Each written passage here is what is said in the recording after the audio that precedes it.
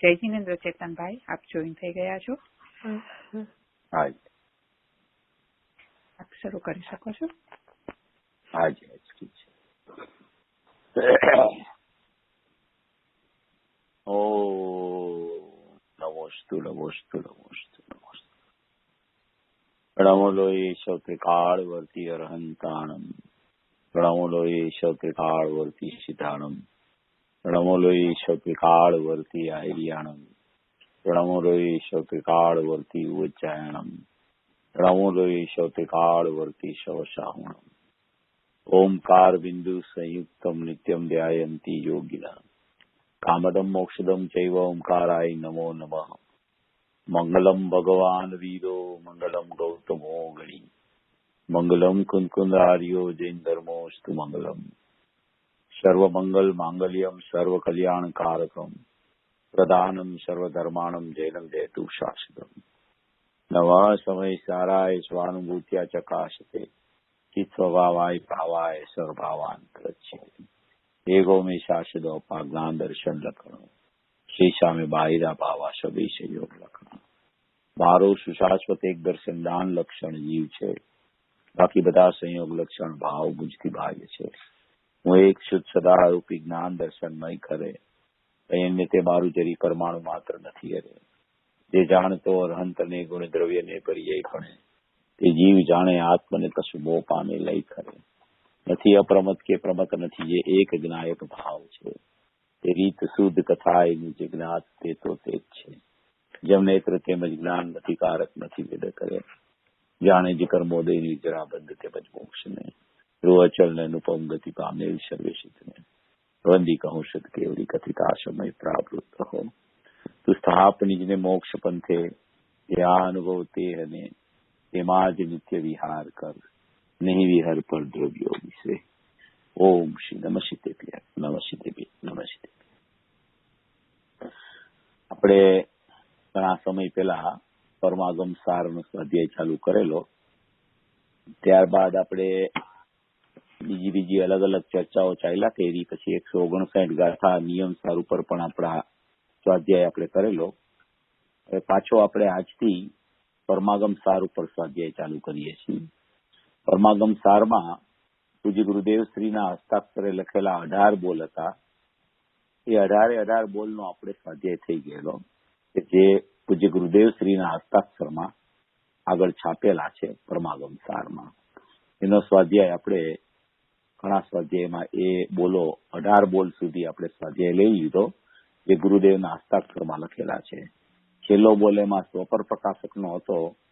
એ સ્વપર પ્રકાશકની ચર્ચા આપણે આ બોલમાંથી કરી, અને પછી એમાંથી જયારે સ્વપર પ્રકાશકનો વિષય ચાલ્યો ત્યારે 159 ગાથાની વાત ચાલુ થઈ, અને પછી આપણે 159 ગાથામાં સ્વપર પ્રકાશકનો વિષય કથનચિત સ્વપર પ્રકાશક કોને કહેવાય એની ચર્ચા માટે 159 ગાથાના આપણે પ્રવચનો 2 ઉપર આપણે સ્વાધ્યાય કરી દીધો. હવે પાછો આપણે પરમાગમ સાર ઉપર સ્વાધ્યાય ચાલુ કરીએ છીએ. પરમાગમ સાર છે એ પૂજ્ય ગુરુદેવ શ્રીના પ્રવચનોમાંથી છૂટેલા બોલ છે. 1008 બોલનું પુસ્તક છે. તેમાં બધા અલગ અલગ વિષયોથી આખો આ પરમાગમ સારના બોલ રૂપ આખું પરમાગમ સાર શાસ્ત્ર બનાવેલું છે. માત્ર પૂજ્ય ગુરુદેવ શ્રીના જ બોલ છે જે એમના પ્રવચનમાં આવેલા હોય તેના ઉપરનો આમાં બોલ લખેલા છે. તેના ઉપરથી આપણે ચર્ચા શરૂ કરીએ છીએ. 18 બોલ પછીનો 19 નંબરનો બોલ છે. હવે આમાં બધા બોલ જ આવશે, એક પછી એક બોલ આપણે જોતા જશું. એમાં જે બોલ મૂળભૂત વિષયના હોય એ આપણે થોભીને એની ચર્ચા કરશું, અને જે જનરલ બોલ હોય એને આપણે વાંચી લેશું. એવી રીતના આપણે ચર્ચા કરશું એટલે આ પરમાગમ સાર આગળ વધશે. 19 નંબરના બોલમાં શું કહે છે, આખી સમયસારનો મહિમા બતાવે છે. આમાં કે સમયસાર પરમાગમ કેવું છે, સમયસારમાં શું લખેલું છે, સમયસાર શાસ્ત્ર કોને કહેવાય, શા માટે સમયસાર શાસ્ત્રની રચના આચાર્ય ભગવાને કરી, એ બધી વાત કહેતા આચાર્ય અહીંયા બોલ જે લીધો છે એમાં લખે છે. પરમાગમ સાર બોલ નંબર 19, પેજ નંબર એનું કાઢી લેજો, આગળના પેજ ઉપર જ છે. એમાં એમ લખે છે, આ શાસ્ત્ર તો પરમાર્થ સ્વરૂપ છે. આ શાસ્ત્ર તો પરમાર્થ સ્વરૂપ છે અને વૈરાગ્યોત્પાદક છે. એટલે કે પરમાર્થ સ્વરૂપ એટલે સાચું સ્વરૂપ, વાસ્તવિક સ્વરૂપ, એનું જે ત્રિકાળ સ્વરૂપ હોય આત્માનું, એ બતાવનારું આ શાસ્ત્ર છે અને વૈરાગ્યને ઉત્પન્ન કરાવનારું આ શાસ્ત્ર છે. કારણ કે આખા શાસ્ત્રમાં જ્ઞાનની ચર્ચા ખૂબ આવે, દ્રષ્ટિના વિષયની ચર્ચા ખૂબ આવે. જેને જ્ઞાનને દ્રષ્ટિના સુમેળપૂર્વક આત્મા સમજાવવા માંડે તેને વૈરાગ્યની ઉત્પત્તિ થાય ને થાય. જ્ઞાનીને તો જ્ઞાનપૂર્વક વૈરાગ્યની શક્તિ ઉત્પન્ન થઈ ગઈ હોય છે પરિણમનમાં, પણ અજ્ઞાનીને પણ જયારે આ શાસ્ત્રનો અભ્યાસ કરે ત્યારે એ પરમાર્થ સ્વરૂપ બતાવનારું શાસ્ત્ર હોવાથી જયારે પરમાર્થ સ્વરૂપ શાસ્ત્રને સમજવાનો ઉદ્યમ તેનો ચાલે તો એને સહજપણે એનો ઉપયોગ એ પરમાર્થ સ્વરૂપ શાસ્ત્ર છે એ તરફ જાય. તો એ તરફ ઉપયોગ હોય એનો અર્થ જ એમ છે કે એ ઉપયોગ પર તરફ નથી, એટલે પર તરફનો એને વૈરાગ ચાલ્યા કરે છે. આવી જ્ઞાનને વૈરાગનો સુમેળ હોય છે હંમેશા. એક તરફી વલણ ચાલતું હોય કોઈ પણ એક તરફી, ધારો કે પર તરફી વલણ ચાલતું હોય તો એને જ્ઞાન ન સમજાય, એટલે વૈરાગ્યની ઉત્પત્તિ ન થઈ શકે પર તરફના વલણમાં. પણ સ્વ તરફ વલણ ચાલવા માંડે, પરમાર્થ સ્વરૂપ બતાવનારું સમયસાર પરમાગમ છે એના તરફ એની નજર જાય, શાસ્ત્ર તરફ પણ નજર જાય, શાસ્ત્રને પણ જોતો થઈ જાય, શાસ્ત્રને પણ વાંચતો થઈ જાય. તો એ શાસ્ત્રમાં લખેલા ભાવો છે એ આખા જ્ઞાન સ્વરૂપી આત્માને બતાવનારા છે. એની દ્રષ્ટિ કેવી રીતે દ્રવ્ય ઉપર જાય એને બતાવનારું શાસ્ત્ર છે.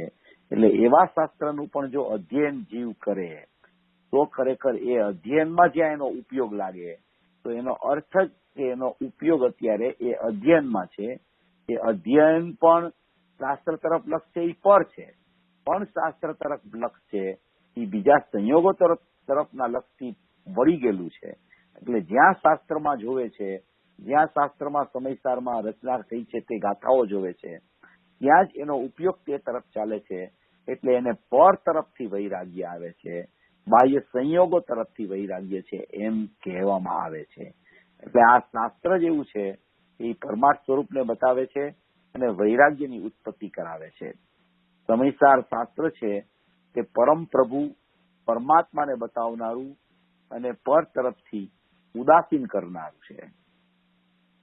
શું કહે છે કે સમયસાર શાસ્ત્ર છે ને તે પરમ પ્રભુ પરમાત્માને, પરમ પ્રભુ પરમાત્મા કોને કહેવાય કે પોતાનું જે જ્ઞાયક ભાવ છે, પોતાનું જે ચૈતન્ય સ્વરૂપ છે, પોતાનો જે અભેદ કિલ્લો છે, પોતાનો ધર્મરૂપી ધન જેમાં ભરેલું છે, એવો જે પરમ પ્રભુ પરમાત્મા છે. પરમાત્મા તો સિમંદર પરમાત્માને પણ પરમાત્મા કહેવાય, મહાવીર પરમાત્માને પણ પરમાત્મા કહેવાય, પણ અહીંયા તો આ પરમ પ્રભુ પરમાત્માની વાત કરે છે. એટલે સમયસાર શાસ્ત્ર છે એનો આશય શું છે, સમયસાર શાસ્ત્રમાં કહેવા શું માંગે છે કે સમયસાર શાસ્ત્ર છે એ પરમ પ્રભુ પરમાત્માને બતાવનારું, એટલે જ્ઞાયક ભાવને બતાવનારું, જ્ઞાનમય આત્માને બતાવનારું, પોતાની ચૈતન્ય સત્તાને બતાવનારું એવું કોઈ આ સમયસાર પરમાગમ છે કે જે પરમ પ્રભુ પરમાત્માને બતાવનારું અને પર તરફથી ઉદાસીન કરનારું છે. પરલક્ષ જે ચાલતું હોય પરલક્ષથી એને એના જ્ઞાનને છોડાવે છે. પર તરફથી ઉદાસીન એટલે કે જ્યાં પ્રભુ પરમાત્માને બતાવનારું શાસ્ત્ર એવા પ્રભુ પરમાત્માનું જ્યાં એને ખ્યાલમાં આવવા માંડે ત્યાં જ એ ઉદાસીન એટલે કે પર તરફથી એનું આસન હટી જાય છે અને એ પોતાના પરમાત્મા પ્રભુ સ્વરૂપમાં તેનું આસન એવી રીતે બિરાજમાન થઈ જાય એવી એની પ્રવૃત્તિ ચાલુ થઈ જાય છે. એટલે કે છે કે સમયસાર શાસ્ત્ર છે તે પરમ પ્રભુ પરમાત્માને બતાવનારું અને પર તરફથી ઉદાસીન કરનારું છે. બધી સ્વ અને પરની ચર્ચા આમાં આવે છે કે સ્વ તરફ લઈ જનારું અને પર તરફથી વ્યાવૃત કરાવનારું. કોઈ પણ વાત જયારે અધ્યાત્મની ચાલતી હોય ત્યારે એમાં સ્વપરની ચર્ચા જ મુખ્યપણે આવ્યા કરે. સ્વપર તરફ સ્વપર જે છે સ્વ કોણ છે અને પર કોણ છે બસ. અને એ સ્વ પોતાનું ચૈતન્ય સ્વરૂપ પરમ પ્રભુ પરમાત્મા છે તો પર છે એમાં તમે મોહરાગ દ્વેષના ભાવ લ્યો, સંયોગો લ્યો, પર પદાર્થ લ્યો, એ પર તરફ. જો પર તરફની દશાથી જે ઉદાસીન થાય છે એને પરમ પ્રભુ પરમાત્મા છે એના તરફનું વલણ ચાલુ થઈ જાય છે. એટલે સમયસાર શાસ્ત્ર છે તે પરમ પ્રભુ પરમાત્માને બતાવનારું ને પર તરફથી ઉદાસીન કરનારું છે. પોતાના પૂર્ણ સ્વરૂપને પ્રાપ્ત એવું જે પરમાર્થ સ્વરૂપ તેને બતાવનારું ને વિકલ્પથી ઉદાસીન કરનારું વૈરાગ્ય પ્રેરક આ સમયસાર શાસ્ત્ર છે. પોતાના પૂર્ણ સ્વરૂપને પ્રાપ્ત એટલે પોતાનો જે જ્ઞાયક ભાવ છે એવું જે એનું પૂર્ણ સ્વરૂપ છે કે જે પરમાર્થ સ્વરૂપ છે એને જ ખરેખર આ શાસ્ત્ર બતાવ્યા કરે છે. અને વિકલ્પ જે ચાલે છે પોતાની દશામાં, વિકલ્પ એટલે કોઈ પણ પ્રકારની પર તરફની બુદ્ધિ ચાલતી હોય તો એ પર તરફની બુદ્ધિ પર તરફનું વલણ ચાલે ત્યારે એની પર્યાયમાં વિકલ્પો ચાલે છે. તો એ પર્યાયમાં જે વિકલ્પ ચાલે છે તે રાગને પણ વિકલ્પ કહેવાય અને એનું જ્ઞાન પરલક્ષી ચાલતું હોય એવા ઇન્દ્રિય જ્ઞાનને પણ વિકલ્પ કહેવામાં આવે. તો આ જે શાસ્ત્રમાં જે કાંઈ પરમાર્થ સ્વરૂપ બતાવવામાં માંગે છે તે પરમાર્થ સ્વરૂપ આ શાસ્ત્ર જ પોતે પરમાર્થ સ્વરૂપ છે. વૈરાગ્યને ઉત્પન્ન કરાવનારું છે, પરમ પ્રભુ પરમાત્માને બતાવનારું છે, પર તરફથી ઉદાસીન કરનારું છે, પોતાના પૂર્ણ સ્વરૂપને પ્રાપ્ત એવું જે પરમાર્થ સ્વરૂપ તેને બતાવનારું ને વિકલ્પથી ઉદાસીન કરનારું વૈરાગ્ય પ્રેરક આ સમયસાર શાસ્ત્ર છે. વિકલ્પથી ઉદાસીન એટલે શું કે વિકલ્પ હોય છતાં વિકલ્પને મારો ન માનવો તેનું નામ વિકલ્પથી ઉદાસીનપણું કહેવામાં આવે છે. વિકલ્પને છોડવાનો પ્રયત્ન જીવ ખૂબ કરે છે પણ વિકલ્પને છોડવાનો પ્રયત્ન છે એ નિરર્થક જાય છે. શા માટે નિરર્થક જાય છે કે વિકલ્પને છોડવાનો નથી કારણ કે વિકલ્પને એને પકડ્યો નથી અને વિકલ્પને છોડવાનો પુરુષાર્થ નથી કરવાનો કારણ કે વિકલ્પ તો રાગાદી ભાવ તો એને આગળના ઘણા ગુણસ્થાનો સુધી ચાલ્યા કરે છે. એટલે વિકલ્પને છોડવાનો પ્રયાસ નથી કરવાનો. વિકલ્પથી ઉદાસીનનો અર્થ એમ છે કે વિકલ્પ મારો માયનો છે તે વિકલ્પ મારો નથી અને પોતાનું પૂર્ણ પરમાત્મા સ્વરૂપ છે તે પોતાનું છે, તે હું છું એમ ભેદજ્ઞાનનો પ્રકાર જયારે એને ચાલુ થાય છે ત્યારે પોતાના પૂર્ણ સ્વરૂપને પ્રાપ્ત એવું જે પરમાર્થ સ્વરૂપ તેને બતાવનારું અને વિકલ્પથી ઉદાસીન કરનારું આ વૈરાગ્ય પ્રેરક આ સમયસાર શાસ્ત્ર છે. આખા સમયસારનો મહિમા બતાવે છે કે કુંકુંદ આચાર્ય ભગવાને જે સમયસાર પરમાગમની રચના કરી, અમૃતચંદ્ર આચાર્ય દેવે એની ટીકા કરી અને ત્યારબાદ પૂજ્ય ગુરુદેવશ્રીએ એના ઉપર જે સ્પષ્ટીકરણ કર્યું એવો સમયસારનો કેટલો બધો અદભુત મહિમા હશે કે જે મહિમા સમયસારમાં ભરેલો છે અને એ સમયસાર રૂપ મહિમા છે એ પોતાના સમયસાર સ્વરૂપ દ્રવ્ય કર્મ, ભાવ કર્મ, નો કર્મથી જુદું પોતાનું સમયસાર સુધાત્મક સ્વરૂપ છે એને ખરેખર બતાવનારું આ શાસ્ત્ર છે. સમયની વ્યાખ્યા બીજી વ્યાખ્યામાં બાંધી છે કે એક જ સમયે જે જાણે અને તે જ સમયે જે પરિણમે તેને સમય કહેવામાં આવે છે. અને એનો સાર શું કે દ્રવ્ય કર્મ, ભાવ કર્મ, નો કર્મથી રહિત એવો જે પોતાનો શુદ્ધાત્મા છે તેને અહમ કરીને, સંશોધન કરીને, શોધક વૃત્તિ કરીને પોતાના જ્ઞાન શ્રદ્ધાનમાં અવસ્થિત કરવો તેને ખરેખર આ જીવે સમયનો સાર ગ્રહણ કરી લીધો એમ કહેવામાં આવે છે. એવું આ કોઈ અદભુત સમયસાર પરમાગમ છે અને એ પરમાગમની આખી મહિમા આ બોલમાં બતાવે છે. જયારે પૂજ્ય ગુરુદેવ શ્રી શાસ્ત્ર સમયસાર ચાલુ કરતા હોય કે જયારે સમયસારની એમની ચર્ચા એની પ્રશ્નો તરીકે એના ભાવ ચાલતા હોય કોઈ પણ ગાથા ત્યારે વારંવાર સમયસારનો મહિમા કર્યા કરે. કારણ કે 19 વખત સભામાં એને વાંચી નાખ્યું અને હજારો વાર, સેંકડો વાર એને પોતાના સ્વાધ્યાયમાં પોતે અંતરંગમાં વાંચ્યું. એમ કહેતા હતા કે અમે વારંવાર સમયસાર જ વાંચ્યા કરીએ છીએ કારણ કે આમાં બહુ માલ ભરેલો છે એમ કહેતા હતા. સમયસારની રચના થઈ કુંકુંદ આચાર્ય ભગવાને રચ્યું 2000 વર્ષ પહેલા. ત્યારબાદ જેટલા શાસ્ત્રો રચાણા, જેટલા આચાર્યો દ્વારા, એ બધાય શાસ્ત્રોમાં સમયસાર કુંકુંદ આચાર્ય રચ્યું એનું અનુસંધાન નિયમથી આવતું હોય. દરેક શાસ્ત્રોમાં દરેક આચાર્યો એમ કે છે, દરેક પરંપરાગત આવનારા સાધક જીવો પણ એમ કે છે કે અમે કુંકુંદ આમનાયના છીએ, અમે સમયસાર માંથી આ વાત લીધી છે, અમે સમયસારનો આ કળશ લીધો છે, અમે સમયસારની આ ગાથામાંથી આ વાત લીધી છે. એટલે એટલી બધી કુંકુંદ આચાર્ય દેવે 2000 વર્ષ પહેલા સમયસાર પરમાગમની રચના કરી એનો એટલો બધો મહિમા છે કે એકદમ અપ્રતિબુદ્ધ, અનાદિનો અપ્રતિબુદ્ધ હોય એને પણ જો પ્રતિબુદ્ધ થવું હોય તો સમયસારનો સ્વાધ્યાય ખરેખર એને કરવો. ઘણા લોકો પૂછતા હોય છે કે અમારે શરૂઆતમાં સૌથી પ્રથમ શું કરવું, કયા શાસ્ત્રનો સ્વાધ્યાય કરવો? તો પહેલામાં પહેલો શાસ્ત્ર સ્વાધ્યાય સમયસારનો કરવો, કારણ કે અપ્રતિબુદ્ધને પ્રતિબુદ્ધ બનાવવા માટેનું મૂળ શાસ્ત્ર સમયસાર પરમાગમ છે. પૂજ્ય ગુરુદેવશ્રીને પણ કોઈ પૂછતું તો કે સમયસાર વાંચો. પેલા ઘણા વર્ષો પહેલા તો શરૂઆત થઈ ત્યારે શ્રીમદ રાજચંદ્રનો ગ્રંથ વાંચવાનું કહેતા, અને ત્યાર પછી કોઈ પૂછે તો સમયસાર વાંચવાનું પૂજ્ય ગુરુદેવશ્રી કહેતા. કારણ કે પોતાને આત્માનો અનુભવ પણ સમયસારના નિમિત્તે થયો હોય.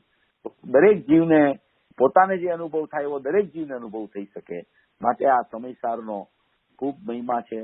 સમયસાર પરમાગમ ખૂબ જ ઉત્કૃષ્ટ અલૌકિક પરમાગમ છે. એવો આ સમયસારના મહિમાનો અહીંયા બોલ બતાવે છે. એ પરમાર્થ સ્વરૂપ શાસ્ત્ર છે, વૈરાગ્યને ઉત્પન્ન કરાવનારું છે, પરમ પ્રભુ પરમાત્માને બતાવનારું છે, પર તરફથી ઉદાસીન કરાવનારું છે, અને પોતાના પૂર્ણ સ્વરૂપને પ્રાપ્ત એવું જે પરમાર્થ સ્વરૂપ તેને બતાવનારું ને વિકલ્પથી ઉદાસીન કરનારું વૈરાગ્ય પ્રેરક આ સમયસાર શાસ્ત્ર છે.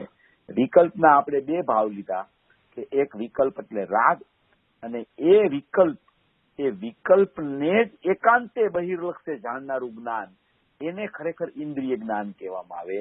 પરલક્ષી જ્ઞાન, પાંચ ઇન્દ્રિય અને મનને જાણનારું જ્ઞાન એકાંતે, એને પણ ખરેખર ઇન્દ્રિય જ્ઞાન એટલે વિકલ્પ કહેવામાં આવે.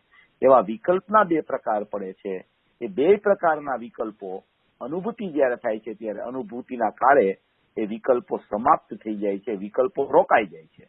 પછી વિકલ્પો રોકાઈ જાય છે અને ત્યાર પછી અનુભૂતિના કાળમાંથી પાછો વિકલ્પમાં આવે ત્યારે ફરી પાછા એને સવિકલ્પમાં આવે તો વિકલ્પો ચાલુ થાય છે.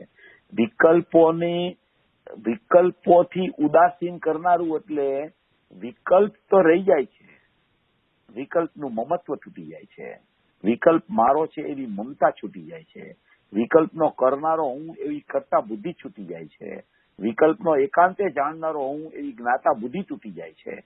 એટલે એને વિકલ્પથી ઉદાસીન કરનારું વૈરાગ્ય પ્રેરક આ સમયસાર શાસ્ત્ર છે એમ અહીંયા કહેવામાં આવે છે. સમયસારનો એટલો બધો મહિમા છે. એવો આ મહિમા આ 19 નંબરના બોલમાં આ પૂજ્ય ગુરુદેવશ્રીએ બતાવેલો છે. હવે 20 નંબરનો બોલ છે.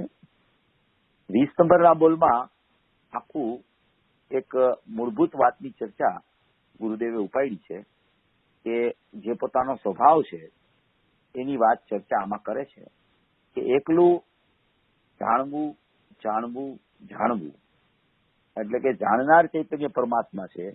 એ જાણનાર ચૈતન્ય પરમાત્મા છે તેમાં એકલું જાણવું જાણવું જાણવું, જ્ઞાતા જ્ઞાતા જ્ઞાતા મારું સ્વરૂપ છે. શું બતાવે છે કે પોતાનો ચૈતન્ય સ્વભાવી ભગવાન આત્મા છે, તેમાં એકલું જાણવું જાણવું જાણવું એવો એનો સ્વભાવ છે. જ્ઞાતા જ્ઞાતા જ્ઞાતા એટલે કે કોઈ પણ પ્રકારનો કરતા નહીં અને કોઈ પણ પ્રકારનું કરવું એવો એનો સ્વભાવ નથી. એકલું જાણવું એવો એનો સ્વભાવ છે, અને જ્ઞાતા રહેવું એનો સ્વભાવ છે, કરતા બનવું એવો એનો સ્વભાવ નથી.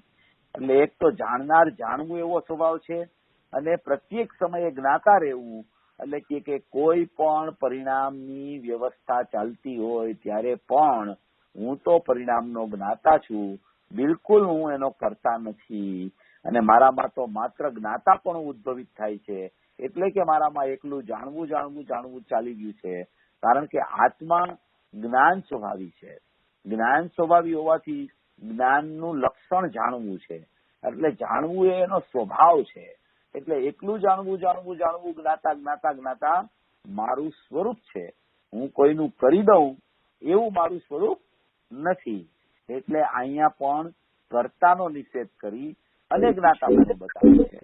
કોઈ પણ પૂજ્ય ગુરુદેવશ્રીના પ્રવચનો આપણે સાંભળીએ, આ તો બોલ જે લીધા હોય ને તે આખા પ્રવચનમાંથી અમુક તારવીને બોલ લીધા હોય. એ આખું પ્રવચન સાંભળીએ ત્યારે જ આપણને ખબર પડે કે ખરેખર આમાં સિદ્ધ શું કરવું છે. પણ આપણે તો આ બોલનો સ્વાધ્યાય કરીએ છીએ એટલે આ બોલમાં જે આવતું હોય એ રીતે આપણે ચર્ચા કરીએ છીએ.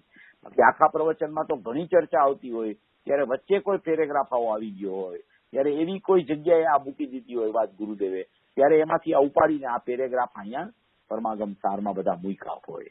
ખરેખર તો પદ્ધતિ એવી છે કે કોઈ પણ બોલ હોય, એ બોલને તમે બોલ તરીકે જોવો તો એ બોલ બરાબર છે, પણ જયારે આગળ પાછળનું અનુસંધાન જો તમને એનું ખ્યાલ ના આવે તો એ બોલ પણ છે એ બોલને વાસ્તવિક તમે સ્પષ્ટ ન કરી શકો.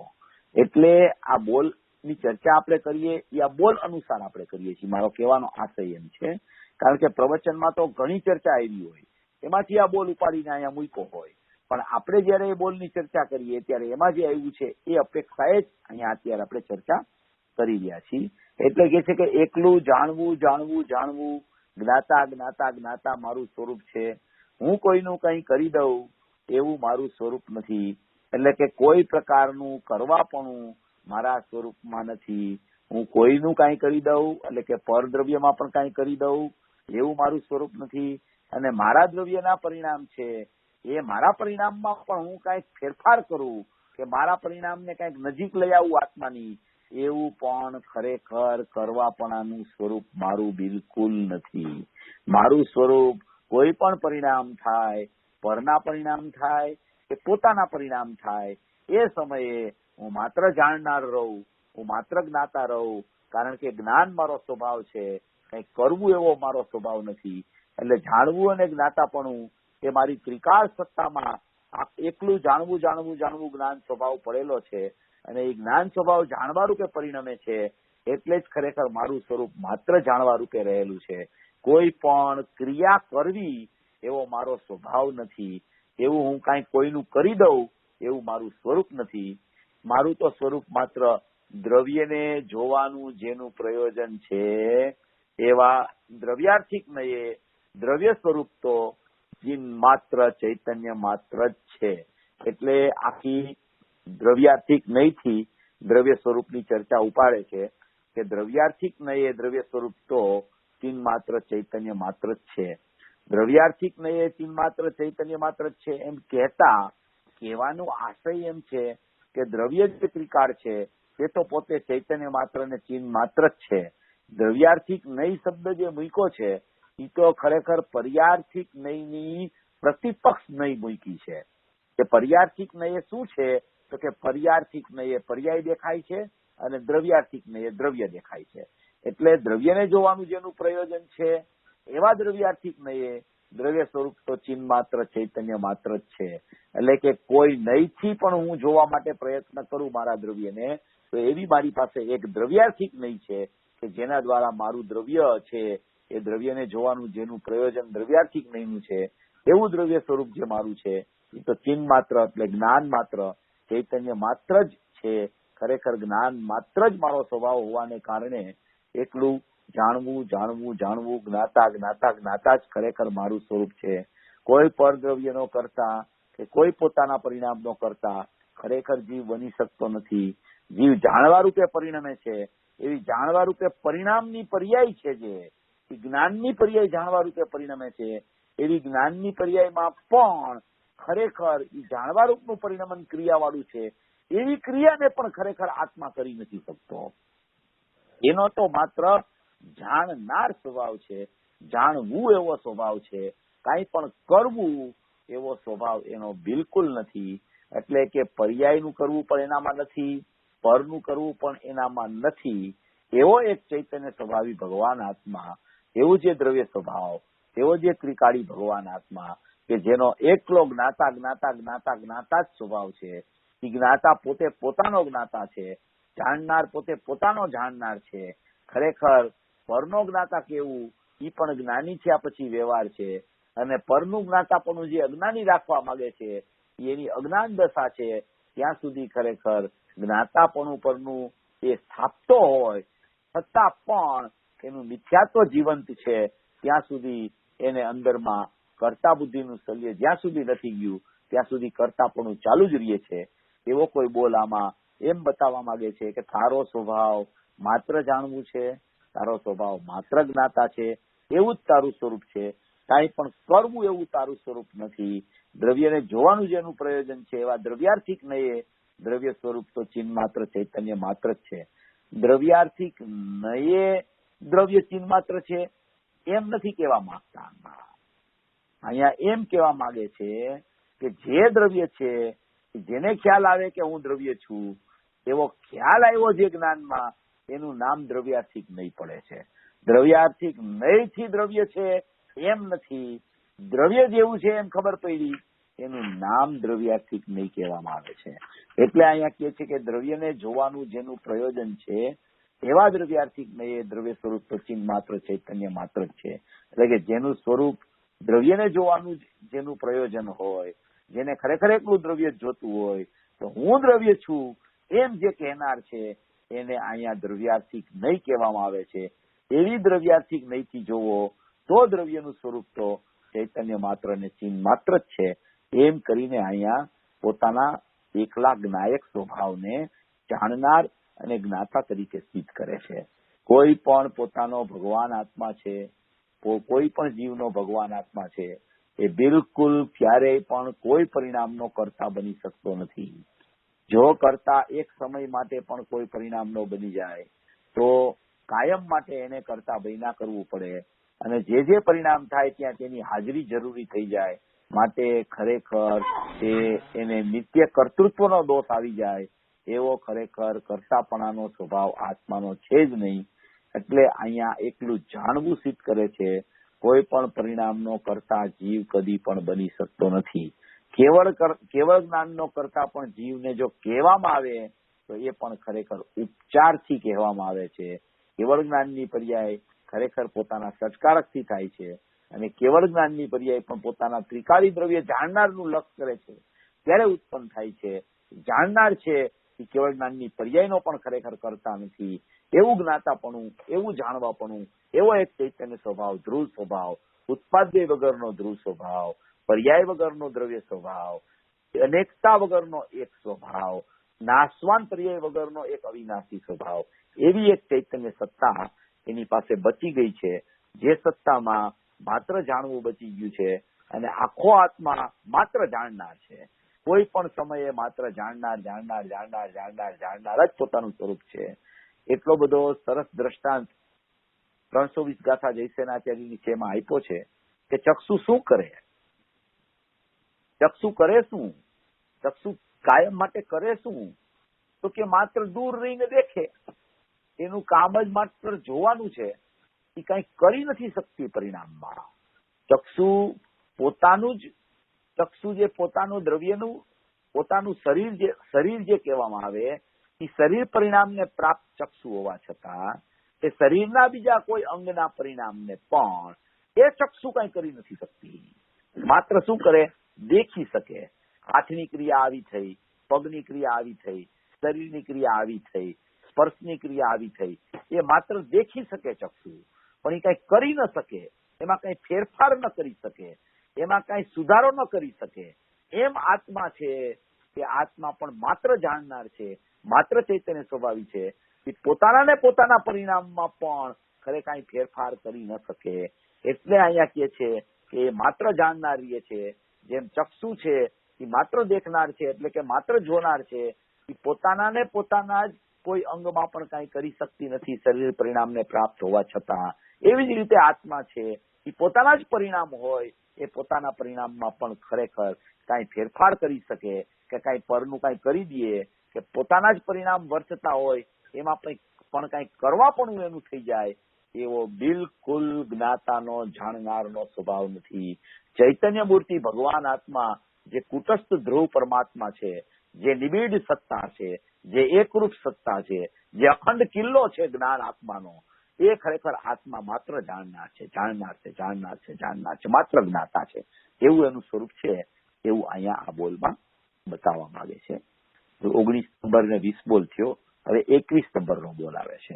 જો 21 નંબરનો બોલ થોડો સમજવા જેવો છે, થોડો એમાં વેદનાની પ્રક્રિયા છે, થોડી એમાં માન્યતાનો દોષ ક્યાં ચાલે છે એ બતાવે છે.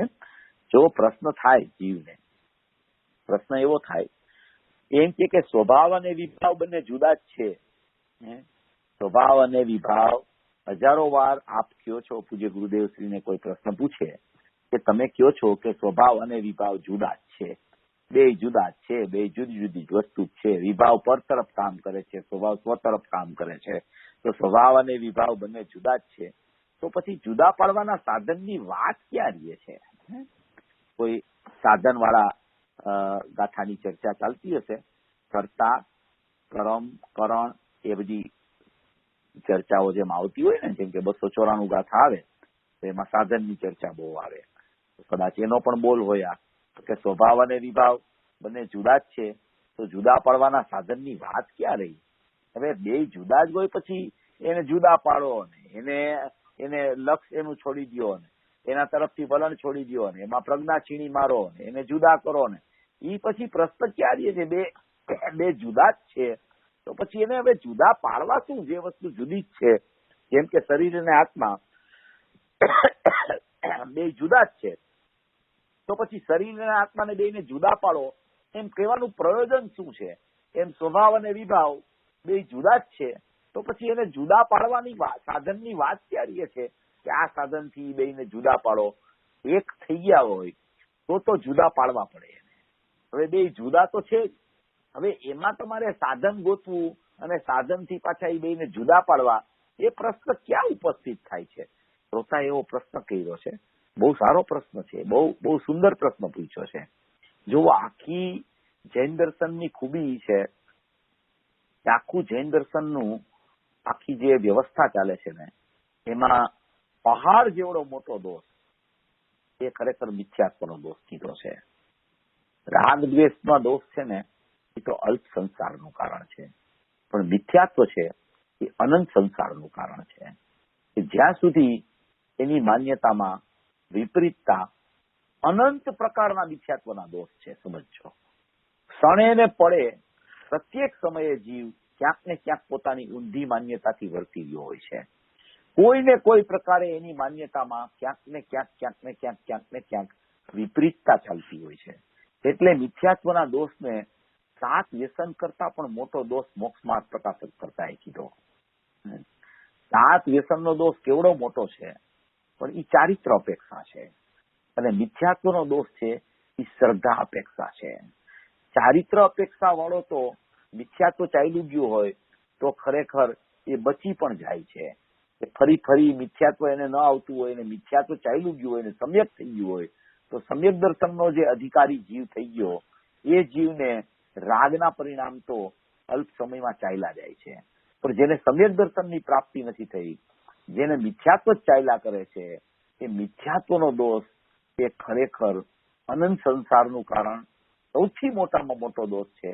જીવને સામાન્ય લાગે છે એ દોષ, કારણ કે ઘણીવાર જ્ઞાનીઓ પણ કહે કે મિથ્યાત્વ એક સમયમાં ચાલ્યું જાય છે, આ એક સમયનો દોષ છે, એટલે તું જ્યાં પર તરફની વૃત્તિ છોડ અને સ્વમાં અહમ કર, ત્યાં મિથ્યાત્વ ચાલ્યું જાય છે, સમ્યક દર્શન પ્રગટ થાય છે. બહુ નાની વાત છે, બહુ સરળ છે, અનુભવ કોઈ એવો સહેલો છે, અઘરો નથી, એવા બધા વચનો પણ પૂજ્ય ગુરુદેવશ્રીની વાણીમાં આવે. અને એ જ ગુરુદેવ પાછા એમ કહે કે મિથ્યાત્વ અનંત સંસારનું કારણ છે. જ્યાં સુધી મિથ્યાત્વ જીવનું જાતું નથી ત્યાં સુધી ગમે તેટલી એની શુભ ભાવની ક્રિયા ચાલતી હોય, ગમે તેટલો શાસ્ત્ર સ્વાધ્યાય ચાલતો હોય, ગમે તેટલું શ્રવણ ચાલતું હોય, છતાં જ્યાં સુધી મિથ્યાત્વ જીવતું છે ત્યાં સુધી એકેય દોષથી બચ્યો નથી. કોઈ પણ દોષથી બચેલો છે જ નહીં, કારણ કે મોટામાં મોટો અને પેલામાં પેલો દોષ મિથ્યાત્વ છે. એ જ્યાં સુધી મિથ્યાત્વ જાતું નથી ત્યાં સુધી બધું નકામું છે. એટલે પૂજ્ય ગુરુદેવશ્રીએ જે 45 વર્ષ ઉપદેશ આપ્યો, એમાં એનો મુખ્ય ઉપદેશ એ હતો કે મિથ્યાત્વ કેમ જાય ને સમ્યકત્વ કેમ પ્રગટ થાય, એને વિતરાગતા કેમ પ્રગટ થાય ને રાગદ્વેષ કેમ જાય, એ વાત પણ કરી એમ નહીં, બધી વાત કરી ગયા છે. પણ મુખ્યપણે એને આ શ્રદ્ધાના દોષ ઉપર ખરેખર હથોડો માર્યો કે શ્રદ્ધાનો દોષ તારો જે વિપરીતતાનો, મિથ્યાત્વના જે સંસ્કાર તારા અનાદિના ચાલુ છે, ક્યાંક ને ક્યાંક તું મારાપણું ચાલ્યા જ કરે છે, તારું મિથ્યાત્વ ચાલ્યા જ કરે છે, અહમપણું ચાલ્યા જ કરે છે. કોઈ પણ પર વસ્તુને તું મારી માયના કરસ, એટલું તો નહીં પણ પર વસ્તુથી તું વ્યાવૃત થઈ અને તારા પ્રમાણના દ્રવ્યમાં આવ તો પ્રમાણના દ્રવ્યમાં પણ મોરાગ દ્વેષની જે સત્તા અજ્ઞાનની ચાલે છે એને પણ ખરેખર તું તારી સત્તા જ માયના કરસ. એટલે જ ખરેખર એને દૂર કરવાનો તું પ્રયત્ન કર્યા કરસ. એને દૂર કરવાનો પ્રયત્ન કરવો એ ખોટી વાત નથી, પણ એ દૂર કેમ થાય એની વિધિ શું છે એ વિધિ સમજ્યા વગર ખરેખર એને દૂર કરવાના પ્રયાસે જીવ ચડી જાય છે. એટલે ખરેખર મિથ્યાત્વ બેવડાયા કરે છે અને દૂર થતું નથી. એને દૂર કરવું એ તો જીવનું પ્રયોજન છે કે મને મિથ્યાત્વ ઉત્પન્ન ન થાય, મને રાગદ્વેષ ઉત્પન્ન ન થાય, અને હું સમ્યક દર્શન સ્વરૂપી ભગવાન આત્મા છું એવું સમ્યક દર્શન પ્રગટ થઈ જાય અને વિતરાગતા પ્રગટ થઈ જાય. એ વાત એની સાચી છે, પ્રયોજન એનું સાચું છે, પણ ખરેખર દૂર કેમ થાય કે જેમાં તે ભગવાન આત્મામાં એ નથી એના લક્ષ્ય જ તે દૂર થાય છે. બાકીની કોઈ પણ ક્રિયાઓ જીવ ગમે તેટલી કરી લઈએ તો પણ ખરેખર મિથ્યાત્વનો અભાવ થઈ શકતો નથી. ગમે તેટલા વ્યવહાર ચારિત્રના પરિણામ પણ એ ઉત્કૃષ્ટમાં ઉત્કૃષ્ટ કરી લઈએ છતાં મિથ્યાત્વનો એક કણિયો પણ ખરેખર હલતો નથી કે મિથ્યાત્વ એનાથી મંદ પણ ખરેખર પડતું નથી.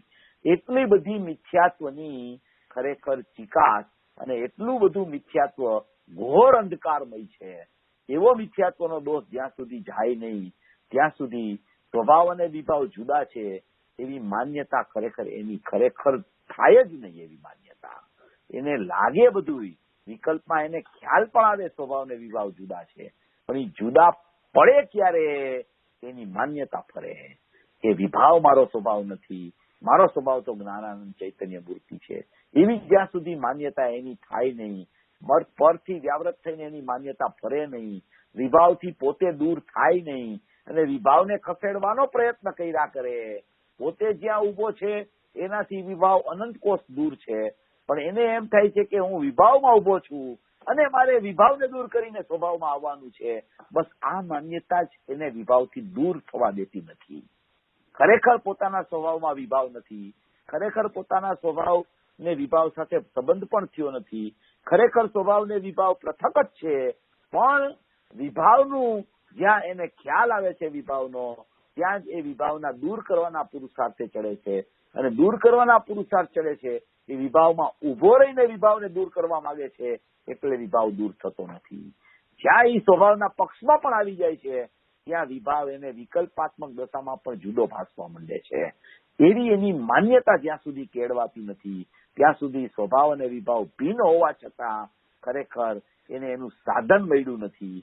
જ્યાં સુધી સાધન જ્ઞાન રૂપી સાધન એને ખ્યાલમાં નથી આવતું ત્યાં સુધી એ જુદો પડી નથી શકતો.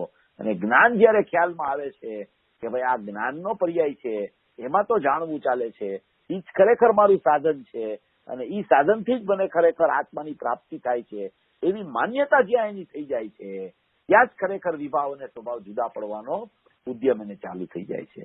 જોવો વાત એવી છે કે અહીંયા આખી ક્રિયાની ચર્ચા આવશે, સાધનની ચર્ચા આવશે, સાધનના પ્રકાર હોય છે. તો બોલા બોલ વાંચી લઉં છું, સ્વભાવ અને વિભાવ બંને જુદા જ છે તો જુદા પાડવાના સાધનની વાત ક્યાં રહી એવો પ્રશ્ન પૂછે છે. પૂજ્ય ગુરુદેવ શ્રી ઉત્તર આપે છે કે જુદા હોવા છતાં જુદા માન્યા છે ક્યાં, તેથી જુદા પાડવાનું સાધન શું છે તે અહીં સમજાવાય છે.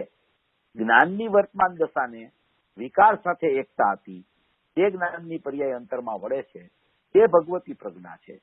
જો જ્ઞાનની પર્યાયને વર્તમાન દશા સાથે એકતા હતી ત્યાં સુધી તો એ ભગવતી પ્રજ્ઞા નહોતી કહેવાતી, ત્યાં સુધી તો એ જ્ઞાનની પર્યાય બહિર્લક્ષી હતી, વિકાર સાથે એકત્વ બુદ્ધિ ચાલતી હતી. પણ જ્ઞાનની પર્યાય અંતરમાં વળે છે તે ભગવતી પ્રજ્ઞા છે અને તે ભગવતી પ્રજ્ઞા સાધન છે, વસ્તુ સાધન નથી પણ તેની પ્રજ્ઞા દશા તે સાધન છે. વસ્તુ એટલે જ્ઞાયક ભાવ સ્વભાવ છે, એ સાધન નથી, એ તો ધ્યેય છે, એ તો ધ્યેય સ્વરૂપી ભગવાન આત્મા છે. એનું સાધન તો એની પ્રજ્ઞા છે, એનું સાધન તો એની પ્રજ્ઞા છીણી છે, એનું સાધન તો એની જ્ઞાનની દશા છે, એનું સાધન તો એની જ્ઞાનની ક્રિયા છે. એટલે કે છે કે વસ્તુ સાધન નથી પણ તેની પ્રજ્ઞા દશા તે સાધન છે. કર્તા કરણ ગુણ છે પણ તેની નિર્મળ પર્યાય તે સાધન છે. જો કર્તા અને કરણ નામના ગુણ છે પણ તેની નિર્મળ પર્યાય તે સાધન છે. એમ કરીને અહીંયા બોલ સમજાવે છે. હવે કોઈ પણ જીવ છે ને, કોઈ પણ જીવને 3 પ્રકારની ક્રિયા ચાલ્યા કરે છે. 3 પ્રકારની ક્રિયા સમજો. એક તો નિષ્ક્રિય ચૈતન્ય પરમાત્મા છે, એ તો જ્ઞાયક ભાવ છે, એ તો શુદ્ધ સ્વરૂપી ભગવાન આત્મા છે, એ તો દ્રષ્ટિનો વિષય છે, એ તો ધ્યેય છે, એ તો ઉપર બતાવ્યું ને જે આ 20મા બોલમાં જ્ઞાતા સ્વભાવ છે. જ્ઞાતા સ્વભાવ છે એ માત્ર જાણનાર દેખનાર છે એવો એનો સ્વભાવ છે. એ તો ત્રિકાળી દ્રવ્યની ચર્ચા છે. હવે અહીંયા જે ચર્ચા ઉપાડે છે એ ચર્ચા ક્રિયાની ચર્ચા ઉપાડે છે, સાધનની ચર્ચા ઉપાડે છે. તો એ ક્રિયા કેટલા પ્રકારની ક્રિયા જીવને ચાલે છે એક સમયે જીવને અત્યારે 3 પ્રકારની ક્રિયા ચાલે છે. 3 પ્રકારની ક્રિયા 3 પ્રકારની છે.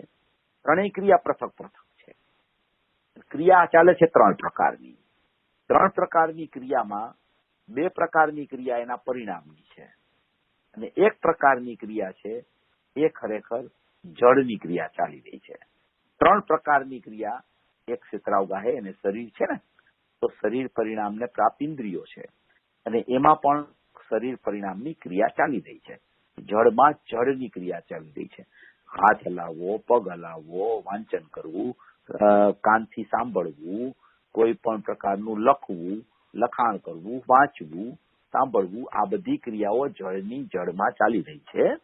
એ જળની જળમાં ચાલી રહી છે એ તો પ્યોર જળની પૂદગલની ક્રિયા છે. પણ એ ક્રિયા આત્મા છે ત્યાં એક ક્ષેત્રાવગાહે થઈ રહી છે. એક ક્ષેત્રાવગાહે ત્યાં જ થઈ રહી છે. એનાથી બહાર જુદી નથી થઈ રહી, ત્યાં થઈ રહી છે. તો એને પણ એ શરીરની ક્રિયા પણ જીવ પોતાની માયના કરે છે. માયના કરે છે નહીં એવી એક ક્રિયા ચાલે છે પેલા તો. પછી અંદરમાં તમે આત્મામાં આવો જ્યારે, તો આત્મા છે એ આખું દ્રવ્ય છે એ દ્રવ્ય પર્યાય સ્વરૂપ વસ્તુ છે. તો દ્રવ્ય પર્યાય સ્વરૂપ વસ્તુ પ્રમાણનો વિષય છે. એ પ્રમાણમાં પણ દ્રવ્ય તો ત્રિકાળ ધ્રુવ છે. હવે પર્યાય છે, પર્યાયમાં પછી 2 ક્રિયાઓ ચાલે છે. એક સમયે જે પરિણામ ચાલે છે અનંત ગુણની અનંત પર્યાયના, એમાં ક્રિયાઓ 2 પ્રકારની ચાલી રહી છે. એક પ્રકારની ક્રિયા છે એ વિભાવરૂપ ક્રિયા ચાલી રહી છે. એ વિભાવરૂપ ક્રિયા કેવી છે કે એ પરના લક્ષે આ શરીર પરિણામને પ્રાપ્ત ઇન્દ્રિયો છે એમાં જે ક્રિયાઓ થઈ રહી છે એના લક્ષે મોહ રાગ દ્વેષ એને ચાલ્યા કરે છે. એ મોહ રાગ દ્વેષ જીવની વિભાવરૂપ ક્રિયા છે અને જીવની વિભાવરૂપ ક્રિયાનું નિમિત્તપણું શરીર છે. એ શરીરમાં શરીર પરિણામને પ્રાપ્ત ઇન્દ્રિયો અને છઠ્ઠું દ્રવ્ય મન એના સંગે કાંઈ ને કાંઈ વિભાવની પ્રવૃત્તિ જીવની ચાલ્યા કરે છે. જેમ કે શરીરમાં કોઈ શાસ્ત્ર વાંચવાની ક્રિયા ચાલે તો એના પ્રત્યે એને રાગ આવ્યા કરે. શાસ્ત્ર વાંચવાનો એને આખા દિવસમાં કોઈ ટાઈમ ન મળ્યો હોય તો એને દ્વેષ પણ થઈ જાય કે આજે મને ટાઈમ જ નથી મળ્યો. તો એ રાગ દ્વેષના જે પરિણામ છે એ શાસ્ત્ર વાંચવું એ ખરેખર જળનું કાર્ય છે. શાસ્ત્ર ન વાંચવું એ પણ જળનું કાર્ય છે. એ સંબંધીનો રાગ અને દ્વેષ થાય છે એ ખરેખર પોતાની પર્યાયનો વિભાવ છે. એ પર્યાયનો વિભાવ છે. એ વિભાવરૂપ પરિણમન ચાલી રહ્યું છે. જે સમયે જળની ક્રિયા ચાલે છે એ સમયે વિભાવરૂપ પરિણમન ચાલે છે. એ વિભાવરૂપ પરિણમન રાગ દ્વેષનું ચાલે છે ત્યારે એ ક્રિયા છે. એક રાગ દ્વેષનું પરિણામ ચારિત્ર ગુણની વિપરીત પર્યાયમાં એક ક્રિયા ચાલ્યા કરે છે રાગ દ્વેષના પરિણમનની. અને એ ક્રિયા ચાલે છે એ જળના લક્ષ્ય ચાલ્યા કરે છે. જળના લક્ષ્ય ચાલતી હોવા છતાં જળ સાથે એકમેક નથી થઈ. એ વિભાવ તો એના પ્રમાણના દ્રવ્યોમાં વર્તી રહ્યો છે. જળની ક્રિયા પૂદગલ દ્રવ્યની ક્રિયા ચાલી રહી છે. પૂદગલ દ્રવ્યની ક્રિયા પૂદગલની છે. વિભાવની ક્રિયા છે એ જીવની છે. જીવની કયો તમે એને અજ્ઞાન દશામાં જીવમાં આવી ક્રિયાઓ વિભાવની ચાલ્યા કરે છે.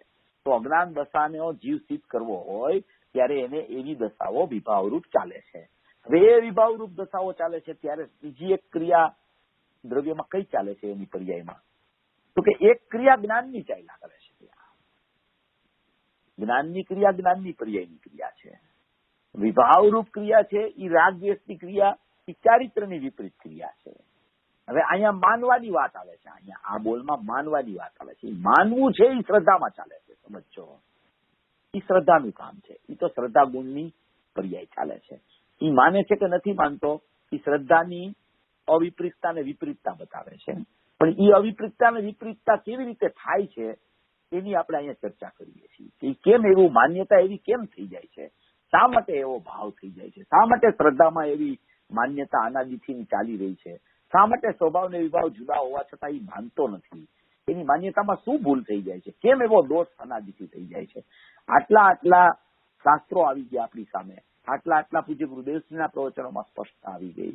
એટલી બધી ધોધમાર વાણી 45 વર્ષ થઈ ગઈ છતાં આ માન્યતાનું ભૂતળું કેમ નીકળતું નથી જીવનું?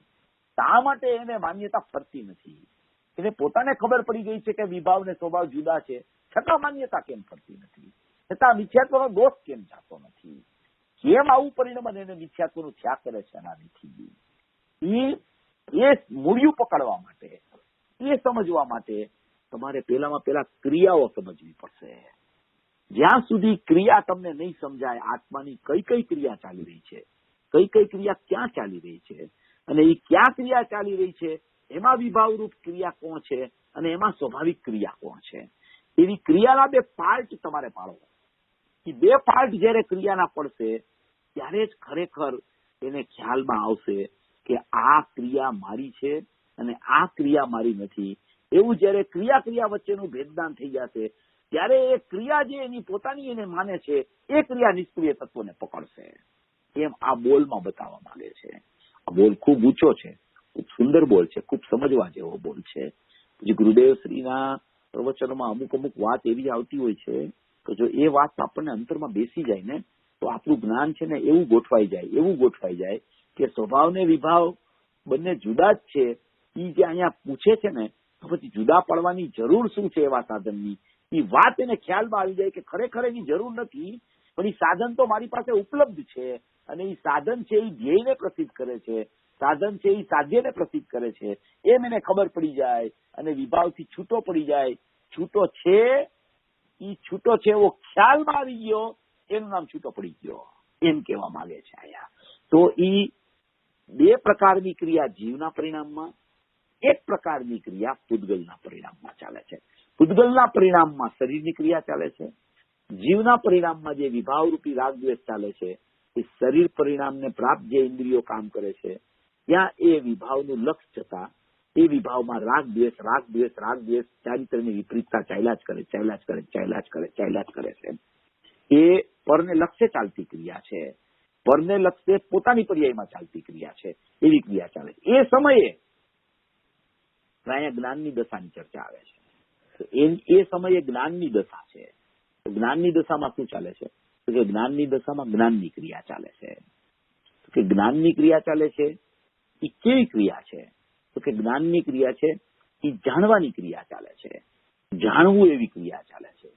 જાણનાર સ્વભાવ છે એમાંથી પ્રગટ થતું જ્ઞાનનો અંશ, એમાં જાણવાની ક્રિયા ચાલે છે. એટલે અહીંયા કહે છે કે જુદા હોવા છતાં જુદા માન્યા છે ક્યાં, તેથી જુદા પાડવાનું સાધન શું છે તે અહીં સમજાવાય છે. જુદા પાડવાનું સાધન શું? જે વિભાવ છે, રાગ દ્વેષનો વિભાવ, અને જે જ્ઞાયક ભાવ છે સ્વભાવ, એ બેને જુદા પાડવાનું કઈક સાધન એની પાસે હોવું જોઈએ. એ એની જ પાસે સાધન હોય, એ નવું ક્યાંયથી લઈ આવવું ન પડે, એ સાધન એની પાસે જ હોય. એ સાધન ન હોય તો કદી કોઈ દિવસ જુદાય થાય નહીં. અને સાધન પણ એની પાસે અનાદિ અનંત છે, એક સમય માટે પણ સાધન નથી હોતું એવું નથી. પ્રત્યેક સમયે એની પાસે જ્ઞાયક ભાવ છે, પ્રત્યેક સમયે એની જ્ઞાનની ક્રિયારૂપ એની પાસે સાધન પ્રગટ છે, પ્રત્યેક સમયે એને વિભાવરૂપી રાગદ્વેષ ચાલ્યા કરે છે, પ્રત્યેક સમયે જળમાં શરીરની ક્રિયા ચાલે છે. આમાંથી એને એની માન્યતા ફેરવવાની છે. શ્રદ્ધા કામ કરે છે મિથ્યાત્વનું, જ્ઞાન કામ કરે છે જાણવાનું, ચારિત્રનું કામ ચાલે છે અત્યારે રાગદ્વેષ કરવાનું, અને શરીરમાં પૂતગલની ક્રિયા ચાલે છે જળરૂપી પરિણમનની. આવી એક વ્યવસ્થા એની પાસે વર્તમાનમાં વિદ્યમાન દરેક સમયે દરેક જીવ પાસે આવી રીતે અત્યારે કામ થઈ ગયું છે એની પર્યાયના પરિણમનમાં. એ સમયે એનો દ્રવ્ય સ્વભાવ કુટસ્થ ધ્રુવ ચૈતન્ય પરમાત્મા, ઉપાદેયભૂત તત્વ, આશ્રયભૂત તત્વ, અખંડ તત્વ, જ્ઞાન આનંદમય તત્વ, એવું ઉપાદેયભૂત તત્વ એવું ને એવું વિદ્યમાન છે. હવે એવું ને એવું વિદ્યમાન હોવા છતાં એના તરફનું વલણ કરવાનો જીવ પ્રયત્ન કરતો હોવા છતાં, વિભાવથી જુદો પડીને સ્વભાવ તરફ જવાનો પ્રયત્ન કરતો હોવા છતાં જઈ શકતો નથી. એ વિભાવને સ્વભાવને જુદા પાડી શકતો નથી, એની માન્યતામાં ફેરફાર કરી શકતો નથી. તો ભૂલ ક્યાં થઈ જાય છે? તો ભૂલ એમ થાય છે કે એ પર્યાયમાં બે ક્રિયા ચાલી રહી છે, એ બે ક્રિયાને રાગ મિશ્રિત જ્ઞાન માને છે, રાગ મિશ્રિત જ્ઞાન થઈ ગયું એમ માને છે. મારી પર્યાય આખી પર્યાયમાં આવું થાય છે એમ માને છે. એ બે ક્રિયાના ભાગલા નથી પાડતો, એક સાધનને જુદું નથી રાખતો. સાધનને જુદું રાખે, વિભાવને જુદો રાખે, ને સાધન એના ધ્યેય સાથે અનન્ય રાખે, વિભાવને એના પૂતગલની ક્રિયા સાથે અનન્ય રાખે, તો એને જ્ઞાનની વર્તમાન દશામાં જે રાગ મિશ્રિત જ્ઞાન ચાલે છે એમાંથી રાગ મિશ્રિતપણું નીકળી અને જ્ઞાન કઈ જાણવાનું કામ કરે છે અને રાગ છે એ વિભાવરૂપ પરિણમે છે. એમ બે ક્રિયા વચ્ચેનું ભેદદાન પેલા થાય છે. જ્યાં સુધી પર્યાયની બે ક્રિયા વચ્ચેનું ભેદદાન થતું નથી ત્યાં સુધી તે નિષ્ક્રિય તત્વમાં જઈ શકતો નથી. જ્યાં સુધી પર્યાયની બે ક્રિયા વચ્ચેનું ભેદદાન, એક વિભાવરૂપ ક્રિયા અને એક જ્ઞાન ક્રિયા, સ્વાભાવિક ક્રિયા, એ બેનું ભેદદાન જ્યાં સુધી થતું નથી ત્યાં સુધી આ ભગવતી પ્રજ્ઞારૂપી સાધન જે જ્ઞાનમાં રહેલું છે એ ઉત્પન્ન થતું નથી. દશા જ્ઞાનની ક્રિયા કરવાની છે, જ્ઞાનની ક્રિયા એમાં જાણવું ચાલે છે, એમાં ખબર પડે છે કે રાગ છે, એ રાગ છે એ ખબર પડે છે. ત્યાં જ એકાંતે રાગ છે એવું જ્ઞાન જ્યાં પરોવાઈ જાય છે ત્યાં રાગ મિશ્રિત જ્ઞાન થઈ જાય છે. ત્યાં એની માન્યતામાં એમ થઈ જાય છે કે આ જ્ઞાન છે ને એ રાગરૂપ થઈ ગયું, જ્ઞાન છે એ વિભાવરૂપ થઈ ગયું, આત્મા છે એ વિભાવરૂપ થઈ ગયો. આત્મા વિભાવરૂપ પરિણમો એમ શાસ્ત્રમાં આવે. આત્મા વિભાવરૂપ પરિણમતો જ નથી ક્યારેય. આત્મા સ્વભાવરૂપ રહે છે, એની જ્ઞાનની ક્રિયા સ્વાભાવિક હોય છે. રાગરૂપ પરિણમવું એ ચારિત્ર ગુણની વિપરીત પર્યાયનો સ્વભાવ છે અને એ વિપરીત પર્યાયનો સ્વભાવ જળના લક્ષ્ય પરિણમે છે. ત્યારે એની માન્યતામાં એને ફેરફાર કરવાનો છે, ત્યારે એની જ્ઞાનની ક્રિયા એને પકડવાની છે, ત્યારે એની રાગની ક્રિયાને એને છોડવાની છે. એ થતી હોવા છતાં એ જ્ઞાનમાં જ્યાં એનું વલણ આવી જાય છે, રાગની ક્રિયા બંધ નથી થતી, જ્ઞાનમાં એનું વલણ રોપાઈ જાય છે કે મારી જ્ઞાન ક્રિયા છે, મારી આ રાગ ક્રિયા મારી નથી. એમ જ્ઞાનની ક્રિયા પકડાય છે તો એ જ્ઞાનની પર્યાય કેવી છે, જ્ઞાનની ક્રિયા કેવી છે, તો એ કે તો જ્ઞાનની ક્રિયા તો જ્ઞાયકને પ્રસિદ્ધ કરે છે, એ તો જ્ઞાયકમાંથી આવતો ભાવ છે. આ રાગ છે એ જ્ઞાયકમાંથી આવતો ભાવ નથી, એ વિભાવ છે, પરલક્ષ્ય થતો ભાવ છે. એ ક્રિયા મારી નથી અને જ્ઞાનની ક્રિયા મારી છે. એમ બે ક્રિયા વચ્ચે પેલા ભેદદાન કરે. જયારે આ ક્રિયા વચ્ચેનું ભેદદાન એને પકડાય છે ત્યારે ખરેખર એ જ્ઞાનની ક્રિયા નિષ્ક્રિય સ્વભાવ તરફ જવા માટે પુરુષાર્થી બને છે. આ બધું ચાલે છે ને એ એની માન્યતા છે, એમાં એનો અભિપ્રાય કામ કરતો હોય છે. એ અભિપ્રાયનું નામ માન્યતા છે. શ્રદ્ધા એમ કે શ્રદ્ધા આવી રીતે પરિણમી ગઈ, શ્રદ્ધામાં માન્યતા થઈ ગઈ, શ્રદ્ધામાં મિથ્યાત્વ થઈ ગયું. એ છે શું ખરેખર? એ ખરેખર શું છે મિથ્યાત્વ? ખરેખર માન્યતા શું કામ કરે છે? તો કે આ રાગ ચાલે છે, આ જ્ઞાનની ક્રિયા ચાલે છે. હવે એ માને છે એવું કે આ રાગ ચાલે છે એ જુદો છે ને જ્ઞાન છે એ જ્ઞાનની ક્રિયા છે, પણ એ અભિપ્રાય છે. એ જ ખરેખર શ્રદ્ધા છે. શ્રદ્ધા ક્યાંય આમ જુદી નથી પડી હોતી. શ્રદ્ધા જ એવું વિચારે છે, શ્રદ્ધામાં માન્યતા થાય છે. આવી કોઈ બહુ અપૂર્વ વાત છે. આમાં ઘણી ચર્ચા ઊંડી છે. આપણે હજી આવતા રવિવારે આનું લેશું એટલે થોડો આનો વિસ્તૃત લેશું આ વિષય. કારણ કે આ મૂળિયું છે, આખા જૈન દર્શનનું મૂળિયું અહીંયા એક જ્ઞાયક ભાવ ત્રિકાળી દ્રવ્ય અને એના પરિણામમાં ચાલતી બે પ્રકારની ક્રિયા અને એની સાથે સંયોગમાં એક ક્ષેત્રાવ ગાહે રહેલું શરીર છે એમાં ચાલતી જળની ક્રિયા. આ આખો વિષય અહીંયા છે ને નક્કી થાય છે. આખું સ્વરૂપ ત્યાં એક બોલમાં બતાવ્યું છે. આ સાધન નામનો બોલ જે આવ્યો છે ને, આ સ્વભાવ અને વિભાવ બંને જુદા જ છે, તો જુદા પાડવાના સાધનની વાત ક્યાં રહી? એમાં આખી ચર્ચા આ સુંદર રીતે આવી છે. આપણે જરા એને વિશેષપણે મને એમ લાગે છે આજે તો હવે ટાઈમ થવા આવ્યો છે, આપણે આવતા રવિવારે એને ફરીથી આપણે એની ચર્ચામાં લઈ અને એનો પ્રયત્ન કરશું. અને અત્યારે મારી પાસે એક મને આપણા રજનીભાઈ ગોસલિયાએ મને એક પ્રશ્ન મોકલ્યો છે, એ પણ હું જરા લઈ લઉં છું 5 મિનિટમાં. આપણી પાસે 5 મિનિટનો ટાઈમ છે ને, 5 મિનિટમાં લઈ લઉં છું. એમાં એક પ્રશ્ન એમણે મોકલ્યો છે કે ગુરુદેવને કોઈ प्रश्न पूछो तो कि द्रव्य गुण पर्याय के भेद के विचार में भी मिथ्यात्व किस प्रकार से है? એટલે દ્રવ્ય ગુણ પર્યાયના ભેદના વિચાર કરે એને પણ મિથ્યાત્વ કેવી રીતે થઈ જાય છે? ગુરુદેવે જવાબ આપ્યો કે ભેદ કા વિચારના કहीं મિથ્યાત્વ નહીં है. એટલે કે ભેદનો વિચાર કરવો એને મિથ્યાત્વ કહેવામાં આવતું નથી. ऐसा भेद विचार तो सम्यक दृष्टि को भी होता है, किंतु उस भेद विचार में जो रागरूप विकल्प है उसे लाभ का कारण मानना और उसमें एकत्व बुद्धि करके अटक जाना वो मिथ्यात्व है. एकत्व बुद्धि किए बिना मात्र भेद विचार मिथ्यात्व नहीं है, वह तो अस्थिरता का राग है. જો આ એકત્વ બુદ્ધિ કર્યા વગરનો ભેદ વિચાર છે ને એ મિથ્યાત્વ નથી, કારણ કે એકત્વ બુદ્ધિ જેને વહી ગઈ છે એ તો જ્ઞાની થઈ ગયો છે. એ જ્ઞાની થઈ ગયો હોય એને માત્ર અસ્થિરતાનો રાગ હોય છે, પણ ભેદના વિચાર કરવા એ મિથ્યાત્વ નથી. એમ જે કહેવામાં આવે છે કે ભેદ કો વિચારના કहीं મિથ્યાત્વ નહીં હે, એટલે ભેદનો જે વિચાર ચાલે છે એ જો રાગી પ્રાણી હોય એને રાગી પ્રાણીને ભેદના વિચારમાં રાગની ઉત્પત્તિ થયા કરે છે. અને રાગની ઉત્પત્તિ થતા જ જો એને એમ થાય કે આ રાગ છે એ મારો છે, આ રાગથી એને કંઈક લાભ બુદ્ધિ હોય, એવું જો એની માન્યતામાં ચાલતું હોય તો એ મિથ્યા દૃષ્ટિ છે. એ મિથ્યા દૃષ્ટિ છે એટલે એને મિથ્યાત્વ ઉત્પન્ન થયું એમ કહેવામાં આવે છે. બાકી દ્રવ્ય ગુણ પર્યાયના ભેદના વિચાર તો જ્ઞાની પણ કરતા હોય. જેમ જ્ઞાની કરે એમ વિચાર જો અજ્ઞાની કરે તો એનું અજ્ઞાન ચાલ્યું જાય. પણ એ વિચાર અજ્ઞાની એવી રીતે નથી કરતો જ્યાં એને દ્રવ્ય ગુણ પર્યાયના ભેદ વિકલ્પો ઉત્પન્ન થાય ત્યાં એમાં જે રાગ છે એમાં રાગમાં મારાપણું માને છે, એટલે એ રાગમાં મારાપણું માનવું એનું નામ મિથ્યાત્વ છે. અને અજ્ઞાની જીવ દ્રવ્ય ગુણ પર્યાયના ભેદના વિચાર કરે ત્યારે એનું અજ્ઞાન હોવાને કારણે એ ભેદને પોતાપણું માને, તો ભેદનું પોતાપણું માનવું એ પણ ખરેખર મિથ્યાત્વ છે. એટલે અહીંયા ગુરુદેવે જે વાત કરી છે એ જ્ઞાનીની અપેક્ષા છે कि भेद का विचारना कहीं मिथ्यात्व नहीं, ऐसा भेद विचार तो सम्यक दृष्टि को भी होता है, किंतु उस भेद विचार में जो राग रूप विकल्प है उसे लाभ का कारण मानना और उसमें एकत्व बुद्धि करके अटक जाना वो मिथ्यात्व है. એટલે બધાયને ભેદનો વિચાર તો ચાલતો હોય પણ એમાં અટકી જાય તો એને મિથ્યાત્વ કહેવામાં આવે છે.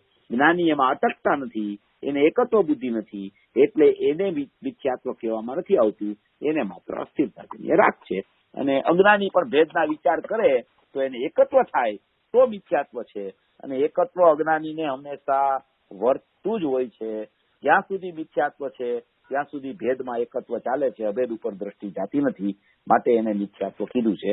ઘણી ચર્ચાઓ આના વિશે થઈ શકે, કારણ કે રાગી પ્રાણી જ્યાં સુધી હોય ત્યાં સુધી એને ખરેખર ભેદના વિચારમાં પણ રાગની ઉત્પત્તિ થાય છે, માટે ભેદનો વિચાર છોડવાનું કથન શાસ્ત્રોમાં ઘણી જગ્યાએ આવે છે. આવી એની ચર્ચા છે, આવું કહેવા માંગે છે. ટાઈમ કોઈ હોય તો પ્રશ્ન પૂછવો હોય તો પૂછી શકાય છે.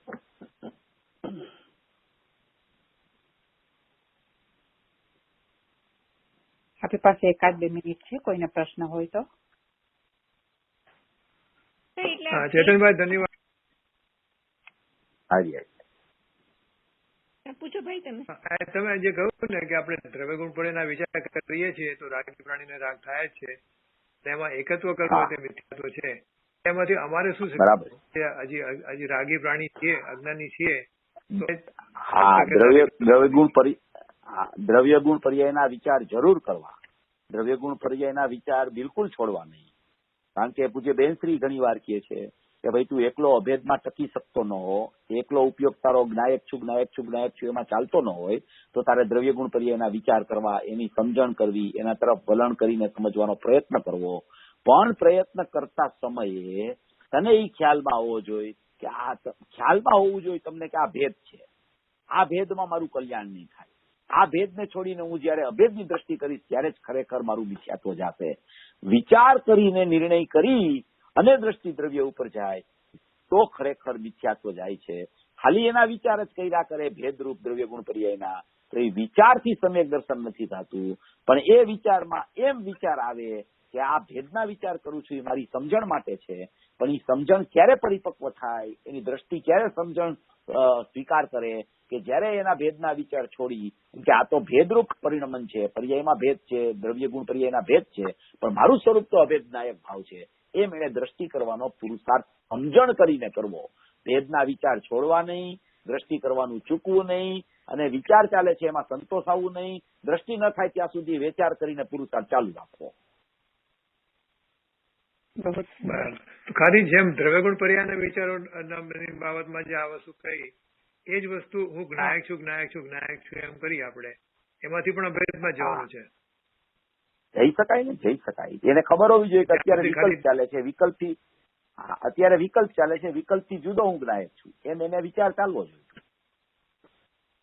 આ વિકલ્પ ચાલે છે એ વિકલ્પ પર્યાયનું પરિણમન છે, અને વિકલ્પ પર્યાયનું પરિણમન છે એ સમયે દ્રવ્ય ગુણ એવા ને એવા રહી ગયા છે, અને મને આ જ્ઞાયકનો વિકલ્પ ચાલે છે, પણ હું તો છું જ્ઞાયક. એમ એને વિકલ્પથી વ્યાવૃત થઈને નિર્વિકલ્પ સત્તા ઉપર એની દ્રષ્ટિ કરવી જોઈએ ને. એ વિકલ્પ હું જ્ઞાયક છું જ્યાં સુધી વિકલ્પ છે ત્યાં સુધી દ્રવ્ય ગુણ પર્યાયનો વિચાર થઈ ગયો. કારણ કે પર્યાયમાં વિકલ્પ ચાલે છે, દ્રવ્ય ગુણ એવા ને એવા છે, એ દ્રવ્ય ગુણ પર્યાયના વિચાર થઈ ગયા. એ વિકલ્પ છે, એ વિકલ્પથી વ્યાવૃત કેમ થવું, વિકલ્પને મારો કેમ ન માનવો અને જ્ઞાયકને મારો કેમ માનવો, એ વિચાર કરીને નિર્ણય કરવો, એવી રીતે અહીંયા કહેવા માંગે છે. ઓકે, ઉષાબેન ગો હેડ. ના એટલે ભાઈ હું એમ જ પૂછતી હતી એ હિસાબે, પણ what I was trying to find out કે આપણે ભેદ ઇઝ ઇક્વલ ટુ રાગ કહીએ, અને અહીંયા તમે એમ સમજાવો છો કે આપણે જનરલી રાગ કહીએ એટલે રાગ એટલે આપણે બધા ઓલા જે મોહમાયાના ભાવ થાય એનું એવો પણ પ્રશ્ન થાય, પણ ત્યારે અહીંયા આગળ જે રાગ કયો છો એટલે ત્યાં આગળ ભેદથી મારું કલ્યાણ છે ઈ જાતનો રાગ. હા, એ આ પ્રશ્ન હમણાં આપણે વાંચ્યો એમાં કહેવા માંગે છે કે ભેદમાં મારાપણું લાગે ને કે કાંઈ ભેદ પડ્યો તો હવે આ બધો હું વિચાર કરું છું, વિચાર કરતા મને સમ્યકત્વ પ્રગટ થઈ જશે. એ વિચાર કરતા સમ્યકત્વ પ્રગટ થઈ જશે, દ્રવ્ય ગુણ પર્યાયના વિચાર કરતા સમ્યકત્વ પ્રગટ થઈ જશે. એનો અર્થ એમ છે કે એને એ વિચાર ચાલે છે એવો વિકલ્પ છે એની સાથે એકત્વ બુદ્ધિ ચાલી રહી છે. કારણ કે એ વિચારમાં સમ્યક દર્શન નથી, એવા વિકલ્પમાં સમ્યક દર્શન નથી, એવા ભેદમાં સમ્યક દર્શન નથી. એ વિચાર કરીને નિર્ણય કરવાનો છે કે આ પર્યાયનું પરિણમન છે અને દ્રવ્ય અપરિણામી છે, બેયની સત્તા પૃથક છે. એટલે એને જયારે એવો ખ્યાલ આવે છે ત્યારે એ વિચાર ચાલુ હોય ત્યારે એવો ખ્યાલ આવે, અને એ ચાલતા એ વિચાર અટકી જાય ને વિકલ્પ તૂટી જાય ને નિર્વિકલ્પ પર દ્રષ્ટિ રહી જાય. એ એનું પ્રયોજન હોવું જોઈએ. એ પ્રયોજનથી એ વિચાર કરે તો પ્રયોજનની સિદ્ધિ એની થાય એમ અહીંયા કહેવા માંગે છે. એટલે ચેતનભાઈ, એનો અર્થ એમ કે મારી જે નિર્મળ પરિણતિ થાય છે જાણવાની જે નિર્મળ પર્યાય રૂપ પરિણતિ છે એનો પણ હું કરતા નથી. બિલકુલ કરતા તો છે જ નહીં આત્મા. ઇવન નિર્મળ પરિણતિ ભલે કરતા કરણ ગુણ છે, પણ નિર્મળ પર્યાય જે થાય છે એનોય હું કરતા નથી. એમ ભેદમાંથી અભેદમાં જવાય ને. હા, એટલે નિર્મળ પર્યાય તો હજી પ્રગટ જ નથી થઈ, એટલે નિર્મળ પર્યાયનો પ્રશ્ન આપણે વધારે પડતો ન ઉઠાવવો. આપણે તો નિર્મળ પર્યાય કેમ પ્રગટ થાય એ વિચાર કરવો. નિર્મળ પર્યાય પ્રગટ થાય તો એને ઉપચારથી કરતા આત્માને કહેવાય. પણ નિર્મળ પર્યાયનો અત્યારે આપણે વિચાર ન કરવો, કારણ કે આપણે તો નિર્મળ પર્યાય પ્રગટ કરવી છે. આપણે તો નિર્મળ પર્યાય પ્રગટ કરવા માટેનો પુરુષાર્થ ચાલે છે. તો નિર્મળ પર્યાય પ્રગટ કેવી રીતે થાય એ વિચાર કરવો. એટલે કે વર્તમાન પર્યાયમાં નિર્મળતા નથી, મલિનતા છે. એ મલિનતા દૂર કેમ થાય અને પર્યાયમાં નિર્મળતા કેમ પ્રગટ થઈ જાય, એના માટે કેવા ભેદો છોડવા, કોનો આશ્રય લેવો, કઈ ક્રિયામાં અહમ છોડવું, કઈ ક્રિયા મારી છે, કઈ ક્રિયા મારી નથી, કયો સ્વભાવ મારો છે, એમ કરીને એ વિચાર જે ચાલે છે દ્રવ્ય ગુણ પર્યાયના, એમાં પણ સંક્ષિપ્તતા કરીને દ્રવ્ય તરફ જવાનો પુરુષાર્થ કરવો. તો બહુ સરસ, બરાબર છે. પણ આપણે કીધું ને કે ભેદમાં મારાપણું થાય, એ ભેદમાં મારાપણું થાય તો એ દ્રવ્ય ગુણ પર્યાય મારા છે, તો એમાં મેં મારાપણું કર્યું, એમાં મેં શું ખોટું કર્યું? એમાં ખોટું એ કર્યું કે એ મિથ્યાત્વ સહિતની પર્યાય છે, એટલે એ પર્યાય મારી ન હોય. મિથ્યાત્વ કોઈ દિવસ દ્રવ્યમાં ન હોય, એટલે પર્યાયમાં મિથ્યાત્વ આવી જાય છે. એ પરના લક્ષ્ય આવે છે, અને પરના લક્ષ્ય છે એ પરને મારું માને તો જ મિથ્યાત્વ થાય છે. એવું મિથ્યાત્વ સહિતનું દ્રવ્ય ગુણ પર્યાયનું ઉપાધિપણું કરે તો ખરેખર એ અજ્ઞાન દશા કહેવામાં આવે છે. કારણ કે પર્યાય જે છે એ પર્યાયમાં અત્યારે વિભાવ ચાલુ છે. દ્રવ્ય ગુણ પર્યાયના એવા વિચાર કરવા તો એ ક્રિયા જે ચાલી રહી છે રાગદ્વેષની, એ રાગદ્વેષમાં મારાપણું થઈ જાય છે. એટલે ખરેખર એના વિચારથી ફાયદો થતો નથી. પર્યાયના વિચાર, પર્યાયમાં મારી છે એ વાત સાચી, પણ પર્યાય મારી છે એમાં રાગદ્વેષને મોહ ચાલે છે એ વાત પણ છે. રાગદ્વેષને મોહ ચાલે છે ત્યાં સુધી તમે જો એને મારાપણું માય ના કરો તો ખરેખર સમ્યક દર્શનની ઉત્પત્તિનો સ્વકાળ ન આવે. કારણ કે મારી વસ્તુ નથી એને હું મારી માનું છું. મારી વસ્તુ એવી હોય કે જે અનાદિ અનંત હોય, જે કાયમ મારી સાથે રહેતી હોય, જે કદી વ્યય પામતી ન હોય, જે કદી નાશ પામતી ન હોય, એ જ મારી વસ્તુ હોય. એવી એક જ મારી વસ્તુ જ્ઞાયક ભાવ છે, અને એક જ મારું પરિણમન જ્ઞાનનું પરિણમન છે કે જે એવું છે. એના સિવાયનું પરિણમન જે છે એ ફરતું પરિણમન છે. રાગ જાય છે, પાછું વિતરાગતા આવે છે, મિથ્યાત્વ જાય છે, સમ્યક દર્શન આવે છે, તો એ ખરેખર મારા સ્વભાવો નથી. જે કાયમી સ્વભાવ હોય એને જ ખરેખર મારો સ્વભાવ કહેવાય. એટલે એમાં અહમ કરતા મિથ્યાત્વ જાય છે, એમ અહીંયા કહેવા માંગે છે. ના ભાઈ, આપણે નિર્મળ પર્યાયની વાત કરીએ. નિર્મળ આપણે દ્રવ્ય ગુણ પર્યાય, આપણું સ્વરૂપ, અશુદ્ધ સ્વરૂપ, એમાં આપણે કહીએ છીએ કે ગુણ પર્યાય કહીએ તો એ ભેદ કીધો, નહીં ભેદ કીધો એ ભેદને રાગ કીધો. તો એ રાગ એટલે રાગમાં આપણે એ ભેદમાં લાભ માન્યો. પણ હું એમ પૂછું છું કે એ ભેદ નિર્મળ ગુણ પર્યાય મારા છે, એ મેં મારાપણું કર્યું, એમાં તો કઈ ખોટું નથી. પણ નિર્મળ ગુણ પર્યાય જ બેન પ્રગટ થયા નથી. પ્રગટ થયા હોય તો એમાં મારાપણું તમને થાય જ નહીં ને. પ્રગટ થયા જ નથી નિર્મળ પર્યાય. તો હજી નિર્મળ પર્યાય ક્યાં છે આપણી પાસે? અજ્ઞાની પાસે નિર્મળ પર્યાય ક્યાં હતી? અજ્ઞાની પાસે તો મોહ રાગ દ્વેષ વાળી પર્યાય જ છે. નિર્મળતા છે જ ક્યાં? ત્યાં નિર્મળ પર્યાયને મારી માનવાનો પ્રશ્ન જ ક્યાં આવે છે? નિર્મળ પર્યાયને મારી માને તો એ પર્યાયને મારી માનવાનો પ્રશ્ન ક્યારે આવે કે જયારે એને ખરેખર મારાપણું છૂટી ગયું પર્યાયમાંથી, પછી એ પર્યાયને મારી માને તોય ખરેખર મિથ્યાત્વ થઈ જાય છે. દ્રષ્ટિ જ્ઞાયક ઉપરથી ઉઠી ગઈ એની. પણ નિર્મળ પર્યાય તો હજી પ્રગટ જ નથી થઈ બેન. પ્રગટ થયા પેલા દ્રવ્ય ગુણ પર્યાય નિર્મળ કેવી રીતે થઈ જાય? પર્યાયમાં તો મોહ રાગ દ્વેષ ચાલે છે, અજ્ઞાન દશા ચાલે છે. નિર્મળતા છે ક્યાં? ત્યાં ભાઈ આપણે સમજણ માટે વિચારીએ, આપણું શુદ્ધ સ્વરૂપ સમજવા માટે વિચારીએ, ત્યારે આપણે દ્રવ્ય ગુણ પર્યાય જે રીતનું સ્વરૂપ છે એમ સમજીએ, ત્યારે આપણે ભેદથી જ સમજીએ ને. એમ જ હોય, ભેદથી જ સમજવું પડે. તો બરાબર છે. સમજવાનું તો ભેદથી જ હોય. સમજણ ભેદથી જ થાય, અનુભવ ભેદથી થાય, સમજણ ભેદથી જ થાય હંમેશા. તો બરાબર છે. પણ એ જયારે તારે સમજણ કરો તમે, ત્યારે તમને ખબર હોય ને કે મારી પર્યાયમાં હજી મોહ રાગ દ્વેષનું પરિણમન ચાલ્યા કરે છે. એમ એવો તમને ખ્યાલ તો હોય ને. એમ નિર્મળ થઈ ગયું છે એમ તો ન હોય ને. નિર્મળ થઈ ગયું એમ હોય તો સદૈવ દોષક કહેવાય. નિર્મળ તો નથી ને પર્યાય. હજી પર્યાયમાં તો મોહ રાગ દ્વેષ ચાલુ છે, અજ્ઞાન દશા ચાલુ છે, બહિર્લક્ષ ચાલુ છે. એટલે એવી પર્યાયને તમે જો તમારી માયના કરો અને એને જો તમે એ વિચારમાં લ્યો તો એ તો તમારું પર્યાય દ્રષ્ટિ છૂટે નહીં ને બેન. એમ કહેવાનો આ થઈ છે અહીંયા. એ રીતે જરા વિચારવું તમારે, પછી પ્રશ્ન કરજો. આવતા રવિવારે કઈ હોય તો કઈ વાંધો નહીં. ચોક્કસ. Thank you. બહુ સરસ છે ચેતનભાઈ, આપનો પણ અમે થોડો વધારે સમય લઈ લીધો છે. આજનો સ્વાધ્યાય આપણે અહીંયા પૂરો કરીએ છીએ.